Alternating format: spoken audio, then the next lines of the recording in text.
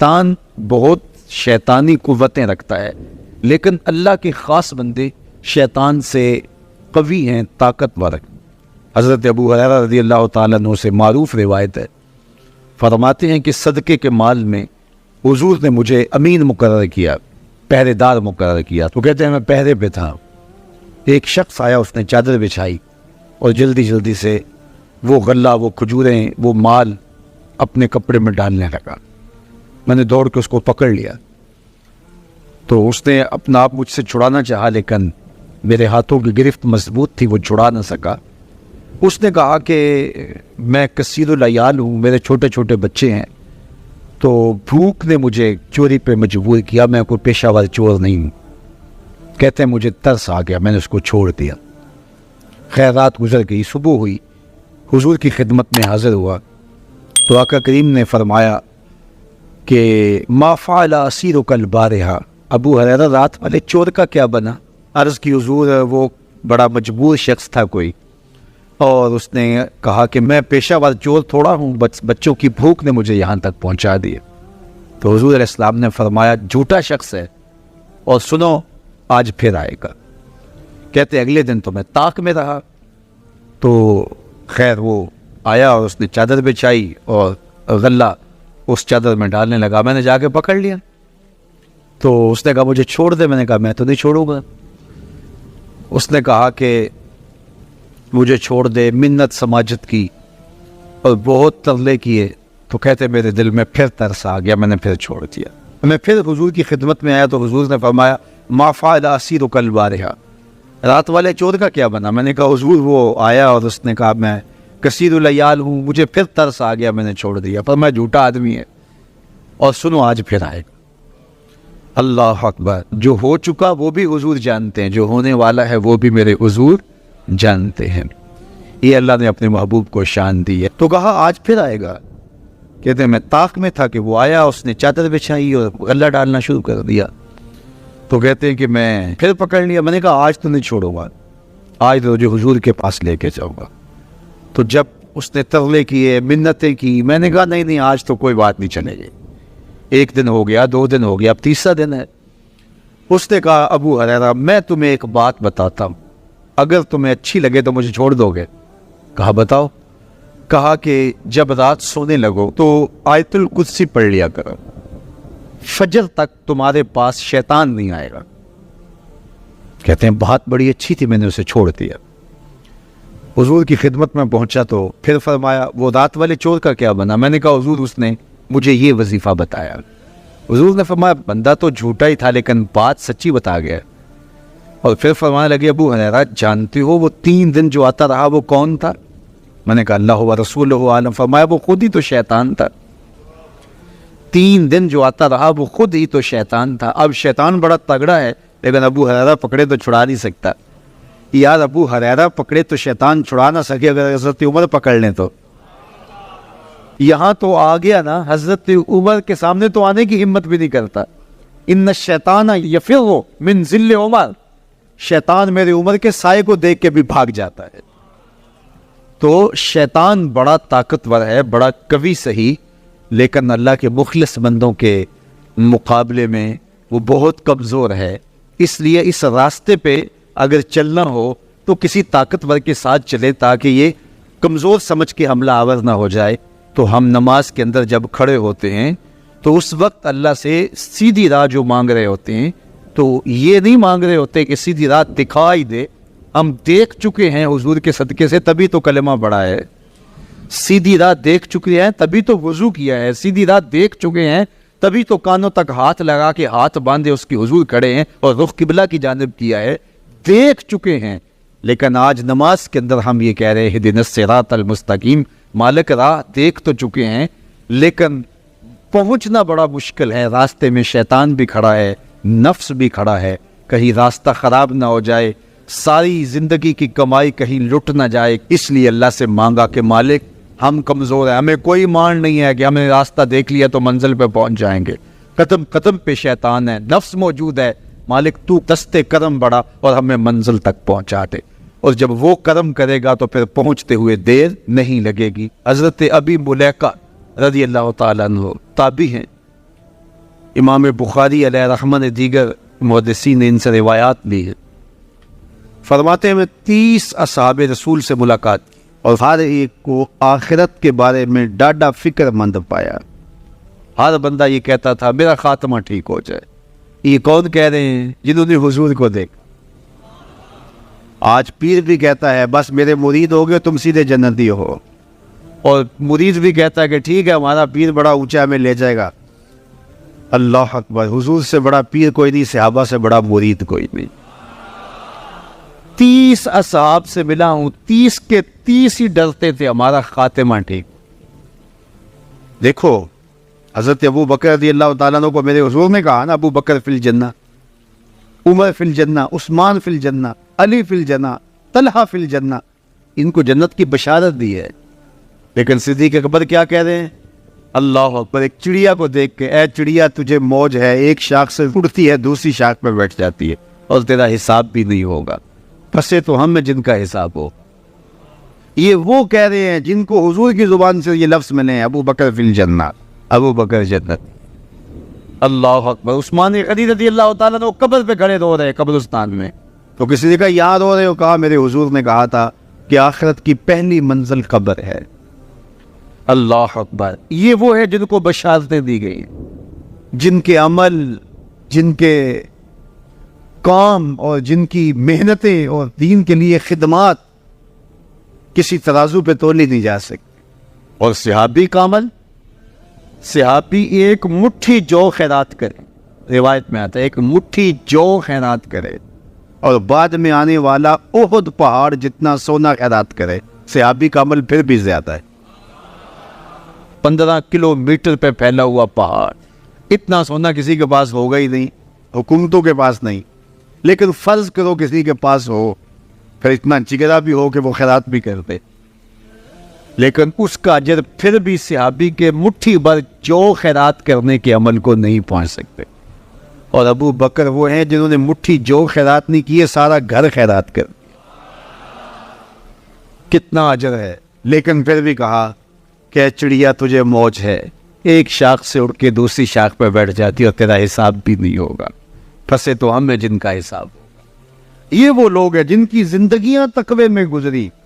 تتجافا جنوبہم عن المضاجع، ان کی کروٹیں بستروں سے الگ رہتی تھی. ہم تو جی بھر کے سوتے ہیں، لیکن ان کی کروٹیں خوف خدا کی وجہ سے بستروں سے الگ رہتی تھی. طمع اور خوف میں رب کو پکارتے تھے. حضور کے جمال جہاں آرا کو جی بھر کے دیکھا اور بشارتیں حضور کی زبان سے نصیب ہوئی، پھر بھی ڈر رہے ہیں. تو ابھی ملیکہ کہتے ہیں کہ میں 30 اصحاب سے ملا ہوں، ہر شخص ڈاڈا فکر مند تھا آخر ٹھیک ہو جائے، انجام بخیر ہو جائے. تو یہ واقعی بڑی مشکل منزل ہے. منزل کو پہنچے لوگ برباد ہو جاتے. بلعام بن باورا کی مثال ہمارے پاس نہیں ہے. تھا مستجاب الدعوات ولی، لیکن لڑک کے کہاں جا پہنچا. زبان کی لغزش نے اس کو کہاں تک پہنچا دیا. پھر زبان لٹک گئی اور کتے کی طرح مٹی چاٹتا تھا. اور قرآن نے کہا مثلہ کمثل الکلب، اس کی مثال کتے کی مثال ہے. اس لیے میاں صاحب بولے پڑھنے اتے مان کرینا تے نہ آکھی میں پڑھیا. پڑھنے اتے مان کرینا تے نہ آکھی میں پڑھیا، او جبار کہار صداوے متا روڑ دیوے دودھ کڑیا. جب تک یہ یقین نہ ہو کہ میرا انجام کیا ہے، تڑکا لگا رہے، ڈر لگا رہے، یہ مومن کی زندگی ہے. ہر وقت خوف تاری رہے، یا اللہ میرا انجام ٹھیک کر دینا. رنگا رنگ سہیلیاں پرن کڑے، پر پریا استا جانی جستا توڑ چڑھے. کہاں کہاں پہنچے لوگ. یہ خود عزازیل شیطان چپے چپے پہ اس نے سجدہ کیا تھا، حتیٰ کہ مقبول بارگاہ ہو گیا. زمین کا کوئی کونا نہیں تھا جہاں پر اس نے سجدہ نہیں کیا. عبادات اتنی کی، اللہ نے مقبول کر لیا. بیت المعمور کا امام بن گیا. اللہ اکبر. فرشتوں کا استاد بن گیا، معلم الملکوت بن گیا. جن ہونے کے باوجود فرشتوں کا امام اور مقتدا بن گیا. لیکن ایک لغزش نے کہاں پھینکا. قیامت تک لعنتیں برس رہی ہیں. اس لیے جب تک انجام بخیر نہ ہو جائے اتنی دیر تک دھڑکا لگا رہے. یہ مومن کی زندگی. کسی نے حضور کو سلام دیا تھا کہ یہ سلام اپنی امت کو دے دینا. حضور علیہ السلام نے یہ سلام پھر پوری امت تک پہنچایا. اور اگر آپ تک پہلے نہیں پہنچا تو آج آپ وہ سلام وصول کر لیجئے۔ حضرت عبداللہ ابن مسعود رضی اللہ تعالیٰ عنہ سے مروی ہے، قال رسول اللہ صلی اللہ علیہ وآلہ وسلم، کہ رسول کریم صلی اللہ علیہ وآلہ وسلم نے فرمایا معراج کی شب جب میں آسمانوں پہ گیا تھا تو میں ملا تھا حضرت ابراہیم علیہ السلام، فقال یا محمد صلی اللہ علیہ وسلم، تو انہوں نے مجھے مخاطبہ کرتے ہوئے کہا کہ اے پیارے محبوب، جب آپ واپس جائیں گے تو اپنی امت کو میرا سلام دینا۔ اور حضور نے حضرت عبداللہ ابن مسعود رضی اللہ تعالیٰ عنہ سے مروی ہے کہ یہ سلام امت کو پہنچا دیا، تو جن تک ابھی تک نہیں پہنچا تھا آج ان تک یہ سلام پہنچ گیا۔ تمہیں مبارک ہو، تمہیں حضرت ابراہیم نے سلام بھیجا ہے، اور سلام بھیجا بھی حضور کے ہاتھوں ہے۔ اللہ اکبر، کتنے خوش نصیب ہو تم کہ تمہیں حضرت ابراہیم سلام بھیجے اور سلام لے کر آنے والے حضور ہو۔ اللہ اکبر، تو یہ ہمارا اعزاز ہے کہ ہمیں یہ اعزاز ملا۔ میری خوش قسمتی میں تیرا امتی، یہ میرا اور آپ کا مقدر کہ ہم حضور کے امتی ہیں، ہمیں نبیوں کے سلام آ رہے ہیں۔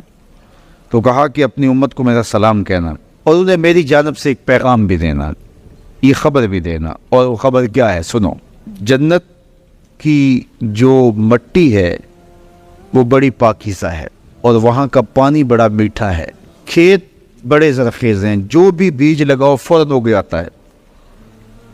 تو جو زرخیز زمین ہوتی ہے تو پھر کسان چاہتا ہے کہ اس میں کچھ ڈال لے۔ وہ ہمارے پنجابی میں کہتے ہیں کہ وہ زمین وتر میں ہوتی ہے، تو بیج ڈالو گے تو جلدی اگے گا۔ 5 بیج ہیں جو وہاں بو گے تو وہاں خوبصورت گلاب کھلیں گے، وہاں خوبصورت چمن آباد ہو جائے گا، وہاں تمہارا اپنا باغ ہوگا۔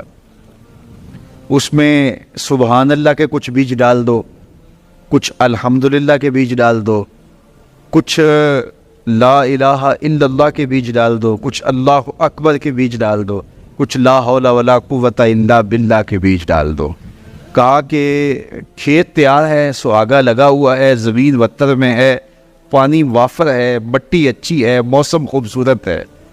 انہیں جا کے میرا سلام دینا، انہیں کہنا کہ بس بیج ڈال لو، اور یہ بیج تمہارے پاس موجود ہے۔ اور اب بھی اگر کوئی بیج نہ ڈالے، اقبال نے کہا تھا نا، موسم اچھا پانی وافر مٹی بھی زرخیز، موسم اچھا پانی وافر مٹی بھی زرخیز، جس نے اپنا کھیت نہ سینچا وہ کیسا دہقان۔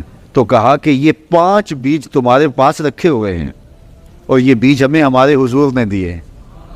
کہا بیج تمہیں دیے ہیں، کھیتی فرشتوں نے تیار کر دی ہے، باغ اچھا ہے، اور یہ پکی بات ہے تم بیج ڈالو گے تو فصل اگے گی۔ اب وہاں ہوائیں چل رہی ہیں کستوری کی مہک سے، مشک بار ہوائیں، تو اب تمہاری مرضی ہے کہ تم بیج لگاتے ہو یا بیج نہیں لگاتے ہو۔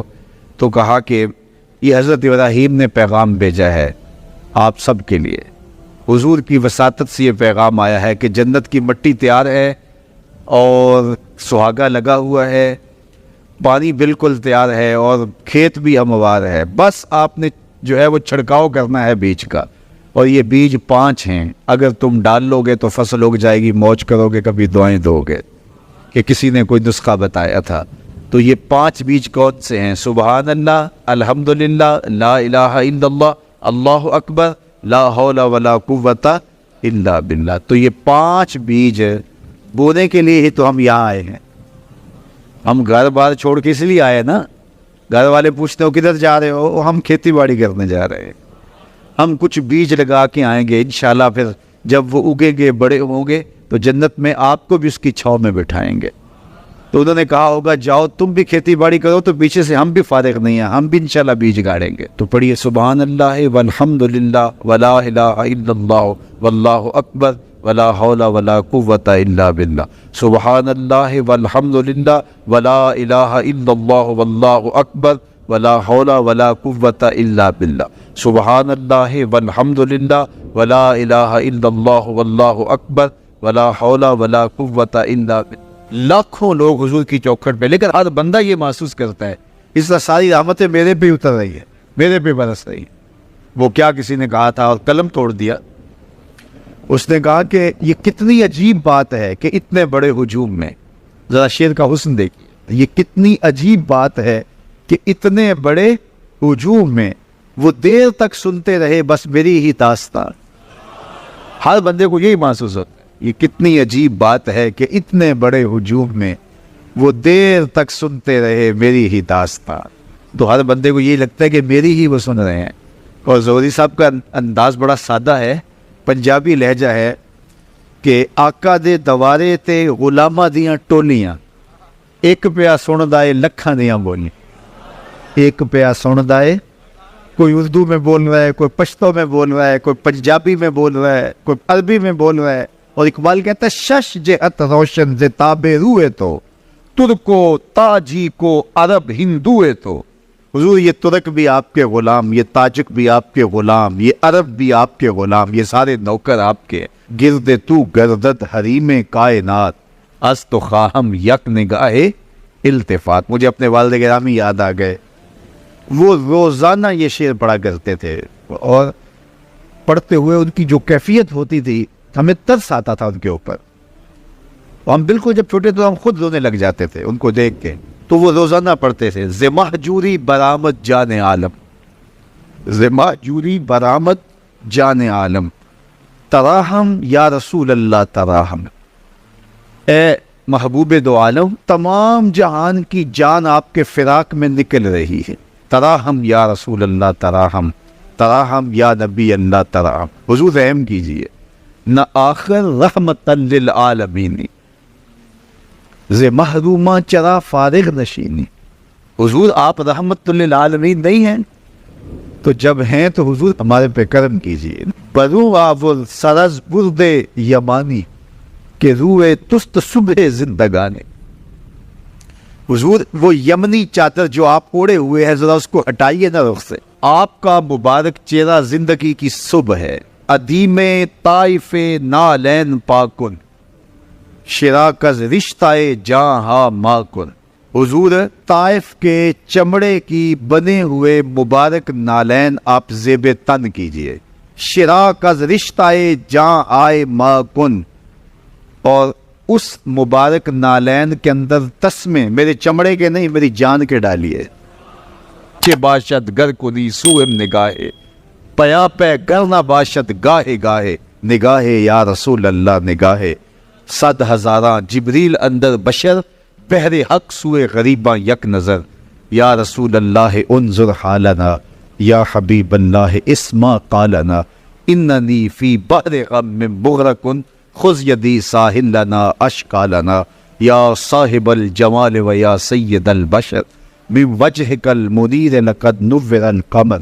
لا یمکن الثناء کما کان حقہ, بعد از خدا بزرگ توئی قصہ مختصر. اللہ اکبر. یہ معمول تھا ان کا, یہ وظیفہ کہہ لیجئے. تو اقبال بھی کہتے ہیں گرد تو گردد حریم کائنات, از تو خواہم یک نگاہ التفات. حضور ایک نظر کر دیجئے, ایک نگاہ کر لیجئے. اللہ اکبر. تو اللہ ہمیں حضور کی نگاہیں نصیب فرمائے. اللہ اجڑے باطن سوار دے اور من میں چراغاں کر دے. حضور کی محبت کے بغیر زندگی ہی نہیں ہے. زندگی کے پلے ہی کچھ نہیں اگر حضور کا پیار نہیں ہے, حضور کا ادب نہیں ہے. تو سارا دین ان کی محبت کا نام ہے. لا دین لمن لا محبت لا, اس شخص کا دین ہی نہیں ہے جس کے پاس حضور کی محبت کا جوہر. ابن آدم کے کسی بھی برے عمل کو شرک نہیں کہا گیا. شرک ایک بہت بڑا جرم ہے, اس کے برابر کسی دوسرے عمل کو شرک نہیں کہا گیا. لیکن ریاکاری کو شرک کہا گیا. شرک اصغر ریاکاری ہے. حتیٰ کہ چوری کو بھی, ڈاکے کو بھی, زنا کو بھی, قتل انسانی کو بھی, یہ بڑے بڑے جرم ہیں, لیکن ان کو بھی شرک نہیں کہا گیا. لیکن ریا کو شرک اصغر کہا گیا. یہ چھوٹا شرک ہے. اللہ گوارا ہی نہیں کرتا کہ کوئی عمل کسی اور کے لیے کرے. شرک کی جس طرح معافی نہیں ہے, اسی طرح شرک اصغر جو ہے, اس سے ملوث عمل کسی صورت میں بھی قبول نہیں کیا جائے گا, چاہے وہ کتنا ہی بڑا عمل کیوں نہ ہو. حضرت ابو امامہ البالی رضی اللہ تعالی عنہ حضور کی خدمت میں حاضر ہوئے اور عرض کی, یا رسول اللہ صلی اللہ علیہ وسلم, میرے ماں باپ آپ پہ قربان ہوں, میں آپ سے یہ پوچھنا چاہتا ہوں کہ کوئی شخص اپنی جان جیسی متاع عزیز راہ خدا میں وار دیتا ہے, اس سے بڑی قربانی تو کوئی اور نہیں ہو سکتی کہ جان قربان کرنی، اور اس کا مقصد الہ کلمت الحق تھا، لیکن ساتھ یہ بات بھی تھی چلو میری ناموری بھی ہو جائے گی، میری بہادری کے جھنڈے بھی لگ جائیں گے تو کیا اس کو اجر ملے گا؟ تو حضور نے فرمایا فلا شیء لہ، اسے کوئی اجر نہیں ملے گا۔ تو ابو امامہ الباہلی یہ سمجھے کہ شاید میں جو مقصود تھا وہ حضور سے عرض نہیں کر سکا، تو انہوں نے دوبارہ کہا حضور اس کا مقصد الہ کلمت الحق ہے، وہ اللہ کے جھنڈے کو اونچا کرنا چاہتا ہے، قربانی اس نے اس لیے دی ہے، لیکن ساتھ یہ بات بھی تھی کہ چلو میری ناموری بھی تو ہوگی۔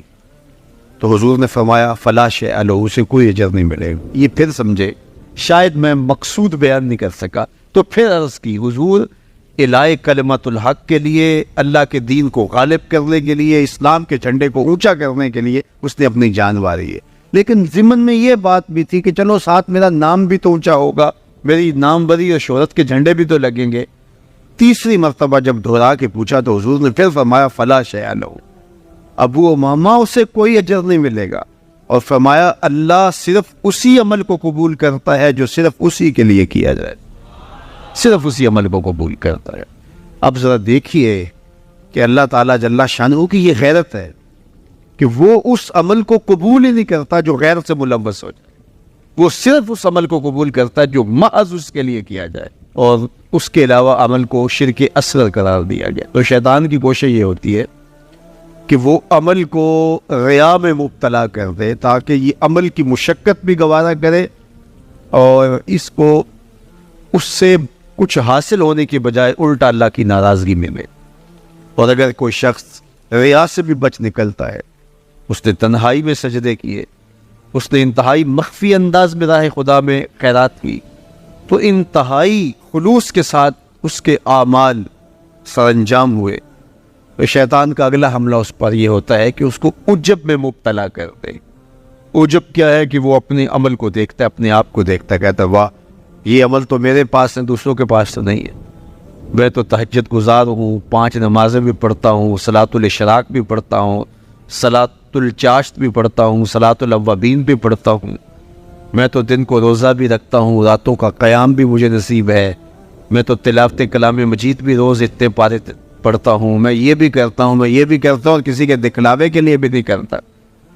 تو وہ اپنے اس عمل کی وجہ سے عجب میں، خود نمائی میں اپنے آپ کو دیکھنے لگ جاتا ہے، اور وہ جو عمل نہیں کر رہے ہوتے ان گناہگاروں کو حقیر جاننے لگ جاتا ہے۔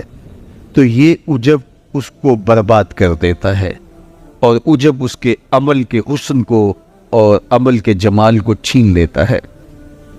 علامہ رومی فرماتے ہیں کہ کچھ عامل ایسے ہوتے ہیں کہ 4 دن نمازیں پڑھیں تو آسمان کی طرف دیکھنے لگتے ہیں کہ آسمان سے کوئی پیغام میرے نام آ رہا ہے کہ نہیں آ رہا، تو جبکہ یہ راستہ تو محض اس کی رضا کے لیے چلتے رہنے کا ہے، ساری زندگیاں گزر جاتی ہیں۔ حضرت ذوالنون مصری کہتے ہیں کہ میں ایک شخص کے پیچھے دوڑتا تھا اور وہ فقیر میری طرف نظر اٹھا کر بھی نہیں دیکھتا تھا، تو 40 سال کے بعد ایک دن اس نے میری طرف پلٹ کے دیکھا اور مسکرا کے کہا کہ تم میرے پیچھے پیچھے رہتے ہو، خیر تو ہے؟ 40 سال کے بعد۔ تو میں نے کہا کہ میں اسم اعظم کی تلاش میں ہوں، تو اس نے ہنس کے کہا یہ اتنا سوکھا نہیں ملتا، تو کہا میرے 40 سال بیت گئے، اور آج اس نے نظر اٹھا کے دیکھا۔ ریا کے بعد اگلا مرتبہ شیطان کے لوٹنے کا وہ عجب ہے، وہ اس کے اعمال کو مزین کر کے اس کے سامنے رکھ دیتا ہے، اور وہ سمجھتا ہے کہ یہ میرے پاس یہ عمل اوروں کے پاس نہیں ہے۔ لیکن اللہ کسی کے اعمال کا حجم نہیں دیکھتا، اللہ تعالیٰ جل شانہ بندوں کے عجز کو دیکھتا ہے۔ وہ گناہ جس گناہ کے بعد جو ہے وہ شرمندگی ہو جائے، اس نیکی سے بہتر ہے جس نیکی کے بعد عجب اور تکبر پیدا ہو۔ اللہ کو وہ اچھا کام، سب سے بہتر وظیفہ اس کا ہے جو قرآن خود بھی سیکھتا ہے اور اوروں کو بھی سکھاتا ہے۔ تو اس کتاب سے جڑ جاؤ، اس کتاب سے وابستگی اختیار کرو۔ جس رات کے دامن میں قرآن نازل ہو وہ رات تو افضل ہو، وہ رات تو 1000 مہینے سے اشرف ہو۔ اللہ اکبر۔ تو پھر مجھے بتاؤ کہ جو قرآن کو اپنی روح میں بسا لے، جو اپنے اعمال کو قرآن کی تعلیمات کے تابع کر دے، جو اپنے دلوں کو قرآن کے اجالوں میں گزارے، اپنی راتوں کو قرآن کی تلاوت میں بسر کرے، دن کی تنہائی میں اور رات کے اجالوں میں قرآن پڑھے، بتاؤ وہ کتنا اشرف ہوگا۔ اس لیے میرے اور آپ کے آقا و مولا نے فرمایا راتوں کی تنہائیوں میں اٹھ کے قرآن پڑھا کرو، اور قرآن پڑھتے ہوئے رویا کرو، اور اگر رونا نہ آئے تو رونے کی کوشش کیا کرو، کوشش کیا کرو۔ رکت پیدا ہو جائے تمہیں قرآن کی تلاوت کرتے کرتے۔ حضرت داتا گنج بخش علی حجویری علیہ رحمہ سے ایک مرید نے کہا حضرت اگر رونے کی کوشش کریں پھر بھی رونا نہ آئے، فرمایا پھر اپنے مقدر پہ رویا کرو۔